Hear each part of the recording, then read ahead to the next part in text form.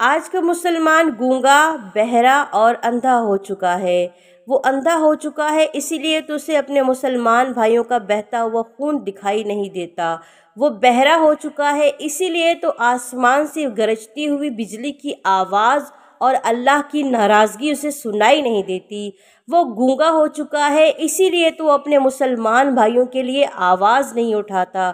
اے مسلمان، کیا تجھے پتہ نہیں نبی صلی اللہ علیہ وآلہ وسلم نے جو قیامت کی نشانیاں بتائی تھی وہ ساری کی ساری پوری ہو چکی ہیں۔ قیامت سر پہ ہے، قبر تیرا انتظار کر رہی ہے، پھر بھی تجھے رب کا خوف نہیں ہے، پھر بھی تو اپنے مسلمان بھائیوں کا ساتھ نہیں دیتا اور غیر مسلموں کی باتوں میں آ کر اپنے مسلمان بھائیوں کے دکھ درد کو اگنور کرتے ہو۔ کیسے مسلمان ہو؟ خدا سے معافی مانگو، اللہ سے معافی مانگو اور اپنے مسلمان بہن بھائیوں کے لیے آواز اٹھاؤ۔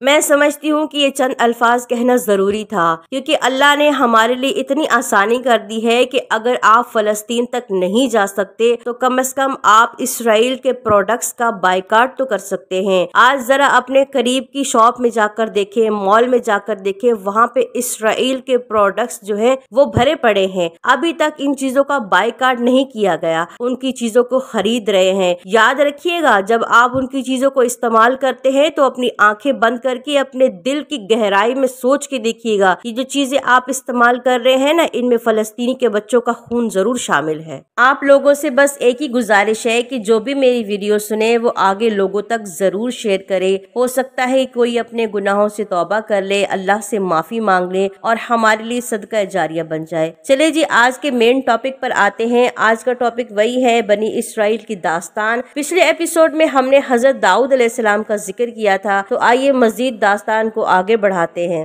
بسم اللہ الرحمن الرحیم۔ معزز ناظرین کرامی، السلام علیکم۔ ناظرین کرامی، حضرت سلیمان علیہ السلام بھی اللہ تعالیٰ کے عظیم و مرتب پیغمبر تھے۔ آپ کو بنی اسرائیل پر مبعوث کیا گیا تھا اور نہ پیغمبری عطا کی گئی بلکہ دنیا کی عظیم و بادشاہت اور علم سے بھی نوازا گیا۔ روایات میں آتا ہے کہ حضرت سلیمان علیہ السلام کے سامنے اللہ تعالیٰ نے 3 آپشن رکھے تھے کہ وہ جس چیز کو چاہے اپنے لیے پسند فرمائے۔ آپ علیہ السلام کے لیے بادشاہت، دولت اور علم کو رکھا گیا۔ آپ علیہ السلام نے اس میں سے علم کو پسند فرمایا۔ حضرت سلیمان علیہ السلام کا انتخاب بارگاہ خداوندی میں قبول کیا گیا۔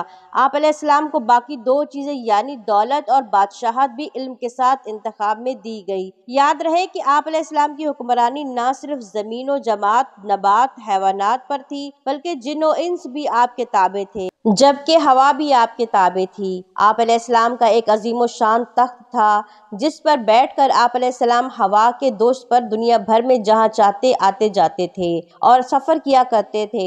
کہتے ہیں کہ یہ تخت حوادث مطرانہ کے باعث ختم ہو گیا۔ معزز ناظرین کرامی، یاد رہے کہ حضرت سلیمان علیہ السلام کے والد حضرت داؤد علیہ السلام بھی نہایت ہی جلیل و قدیر پیغمبر گزرے ہیں اور آپ کو بھی اللہ تعالیٰ نے بادشاہت عطا فرمائی تھی جس کا تذکرہ ہم پچھلے ایپیسوڈ میں کر چکے ہیں۔ یہاں آپ کو بیت المقدس تعمیر اور حضرت سلیمان علیہ السلام کی موت کے حوالے سے ایک عجیب واقعہ سناتے ہیں جو آپ کی زندگی کا اہم واقعہ ہے۔ کہتے ہیں کہ بیت المقدس کی تعمیر جو کہ حضرت داؤد علیہ السلام نے شروع کی تھی، حضرت سلیمان علیہ السلام نے اس کی تکمیل فرمائی۔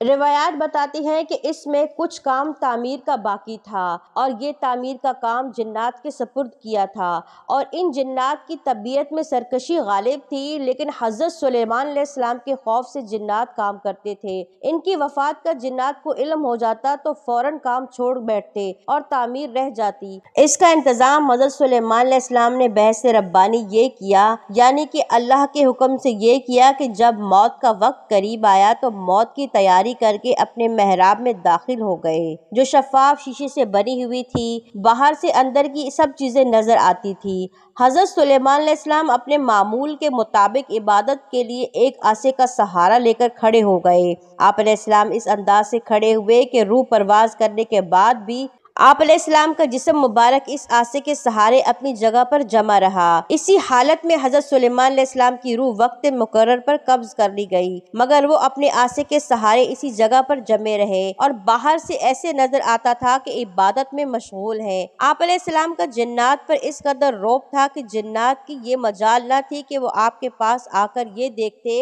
لہٰذا وہ سلیمان علیہ السلام کو زندہ سمجھ کر اپنے کام میں مشغول رہے۔ یہاں تک کہ سال بھر گزر گیا اور بیت المقدس کا بقیہ کام پورا ہو گیا۔ بیت المقدس کا کام پورا ہونے پر اللہ تعالیٰ نے خون کے کیڑے کو، جس کو اردو میں دیمک کہا جاتا ہے، یہ دیمک جیسا ایک کیڑا ہے اور قرآن کریم میں اس کو تابت الارض کے نام سے مفعول کیا، عصا سلیمانی پر مسلط کر دیا اور اس نے عصا کو اندر سے کھانا شروع کر دیا۔ یوں عصا کا سہارا ختم ہوا اور آپ علیہ السلام کا جسم مبارک گر گیا۔ اس وقت جنات کو ان کے موت کی خبر ہوئی۔ حضرت سلیمان علیہ السلام کی موت کے اس واقعے میں بڑی حکمتیں پوشیدہ ہیں۔ یہاں یہ بات سوچنے کی ہے کہ حضرت سلیمان علیہ السلام، جن کو ایسی بے مثل حکومت سلطنت حاصل تھی کہ صرف ساری دنیا پر نہیں بلکہ جنات اور ہواؤں پر بھی آپ کی حکومت تھی،